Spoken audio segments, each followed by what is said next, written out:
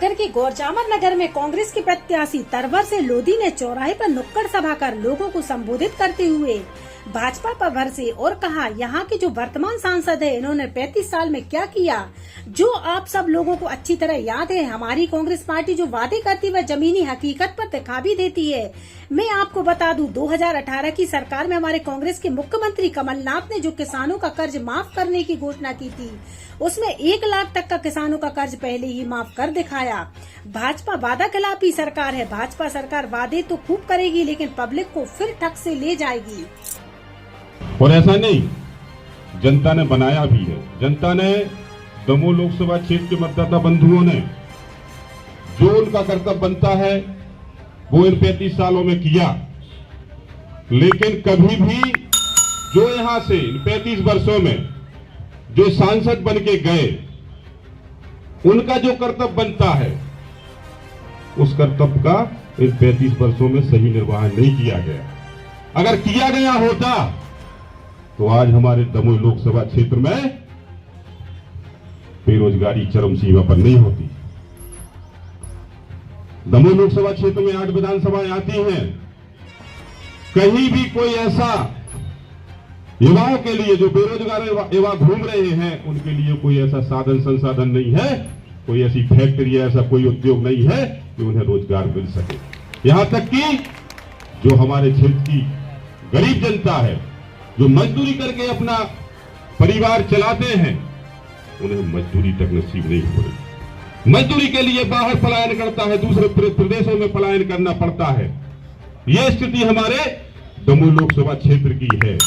आज जो मूलभूत सुविधाएं हैं जो ग्रामीण जन को मिलनी चाहिए वो भी तरीके से नहीं मिल पा रही। महंगाई चरम सीमा पर, बेरोजगारी चरम सीमा पर और पूरे देश में एक जो तानाशाही का जो रवैया बन चुका है जिससे आम जन, गरीब, मजदूर, किसान, व्यापारी, अधिकारी सभी परेशान हैं। मैं बस आप लोगों से यही निवेदन करना चाहूंगा कि ये जो 35 वर्ष का सूखा है इस बार आपको दमोह लोकसभा क्षेत्र में परिवर्तन करना होगा। ये आपके मत के सम्मान का भी चुनाव है। अपने अपने क्षेत्र की जनता के मत को बेचने का काम किया था।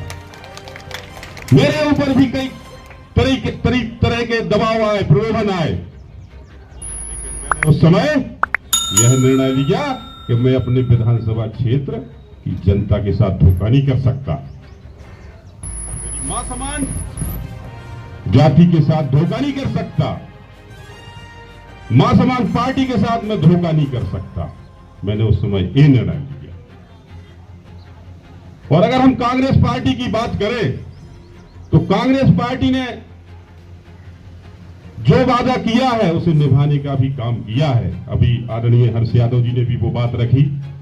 2018 में जब आप सभी के आशीर्वाद से मध्य प्रदेश में कांग्रेस की सरकार बनी थी और जो वादे चुनाव के पहले आदरणीय कमलनाथ जी और कांग्रेस पार्टी ने जो घोषणा पत्र के माध्यम से किए थे, जैसे ही हमारी सरकार बनी सबसे पहले किसानों का कर्जा माफ करने का काम शुरू कर दिया गया था।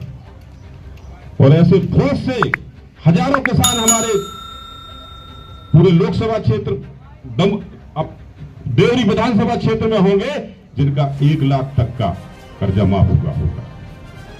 हमारी सरकार 5 साल चलती किसानों का 2 लाख तक का कर्जा माफ होता। लेकिन भारतीय जनता पार्टी के लोगों ने यह सोचा अगर किसानों का 2 लाख तक का कर्जा माफ हो गया तो हमारी भाजपा की सरकार 2-3 पंचवर्षीय बनने वाली नहीं। और उन्होंने षड्यंत्र रच के हमारी कांग्रेस की सरकार को गिरा दिया। और सरकार गिराने में ये जो भाजपा के प्रत्याशी है इनका भी सहयोग उतना ही रहा जो अन्य लोगों का रहा। भाजपा ने अभी 2023 में जो घोषणा पत्र तैयार किया था उसमें कहा था कि अगर 23 में हमारी सरकार बनती है तो सबसे पहले हम किसानों का 2700 रुपए क्विंटल गेहूं का समर्थन मूल्य करेंगे, धान का 3100 और गैस सिलेंडर 450 रुपये। सरकार आपकी बन गई, लेकिन ना ही तो गेहूं का किसानों को 2700 रुपये समर्थन मूल्य मिल रहा है, ना ही धान का 3100 और ना ही गैस सिलेंडर 450 रुपये। ये सिर्फ वोट के लिए झूठ बोल के जनता को गुमराह करके सिर्फ वोट हथियाने का काम करते हैं, और जब ये सफल हो जाते हैं ये अपने वादे भूल जाते हैं। मैं आप लोगों से निवेदन करना चाहता हूं, इस बार आप कांग्रेस को चुनिए, और जो हमारी कांग्रेस ने जो घोषणा पत्र तैयार किया है, जो घोषणा इस चुनाव को लेकर की है, अगर हमारी केंद्र में सरकार बनती है तो सबसे पहले रोजगार देने की गारंटी का अधिनियम लागू करेंगे, ताकि जो हमारे पढ़े लिखे युवा हैं जो बेरोजगार घूम रहे हैं, अगर उन्हें नौकरी नहीं मिलती, उन्हें रोजगार नहीं मिलता तो वो कोर्ट भी जा सकते हैं। दूसरा, 30 लाख युवाओं को रोजगार देने की काम आएगा। तीसरा, इसके बाद भी अगर रोजगार नहीं मिलता, आप अच्छे स्नातक है तो साल 1 लाख रुपए देने का काम पूरी सरकार करेगी। चौथा, तो हमारी हर की गरीब परिवार की जो माता है उन्हें भी साल का 1 लाख और 8,500 रुपए देने का काम कोई सरकार करेगी। जी बताएं, महंगाई को लेके जो आपने बताए हैं, आप इस तरह मुद्दे आपके सरकार के पक्ष में है जो अहम मुद्दे नहीं करती पब्लिक के प्रति, तो आखिर क्या है जो मुद्दे महंगाई को लेके मुद्दे सड़क पर नहीं आते हैं आपकी सरकार की तरफ से, आपके पक्ष के होने की तरफ से?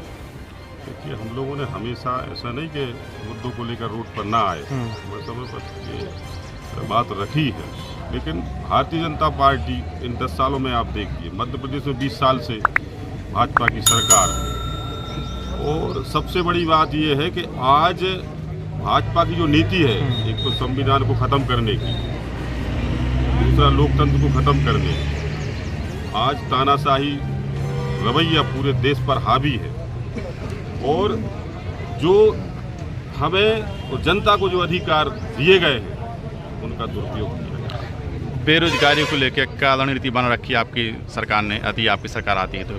ये हमारा जो घोषणा पत्र तैयार हुआ है उसमें सबसे पहले तो हमारी केंद्र में सरकार बनती है तो रोजगार देने की गारंटी का अधिनियम बनाया जाएगा, जिससे युवा जिन्हें रोजगार नहीं मिलता, पढ़े लिखे हैं, वो कोर्ट तक जा सके। दूसरा, पहले ही वर्ष में 30 लाख युवाओं को रोजगार देने का भी कांग्रेस की सरकार में काम किया जाएगा, और उसके बाद भी अगर नौकरी नहीं मिलती, रोजगार युवाओं को नहीं मिलता, आपके बच्चे स्नातक हैं तो उन्हें साल का 1 लाख रुपए देने का भी काम कांग्रेस की सरकार में किया जाएगा। तो संविधान को लिए एक कोई सब्जेक्ट रखेंगे क्या संविधान को? देखिए, कांग्रेस आज अगर हम बाबा साहब भीमराव अम्बेडकर जी की, डॉक्टर भीमराव अम्बेडकर जी की बात करें तो उनकी विचारधारा कांग्रेस की थी, वो कांग्रेस सरकार में कानून मंत्री भी रहे, और उन्हीं के बनाए हुए संविधान से हमारा देश चल रहा है। तो कांग्रेस ने हमेशा संविधान का सम्मान किया है और संविधान को बचाए रखने का काम किया है। सरकार बनेगी तो और संविधान को बचाए रखने, बनाए रखने के लिए सुरक्षाएं बनाई जाएगी। ये स्कूल में संविधान पढ़ाया जाएगा क्या? देखिए, स्कूल में भी पढ़ाया जाएगा और इसका अलग से भी प्रचार प्रसार किया जाएगा कि आज जो हमें अधिकार दिए गए हैं वो सबसे बड़ी ताकत संविधान की है। संविधान के माध्यम से हमारा पूरा देश चल रहा है, और संविधान को बचाए रखना प्रत्येक भारतीय नागरिक का कर्तव्य बनता है।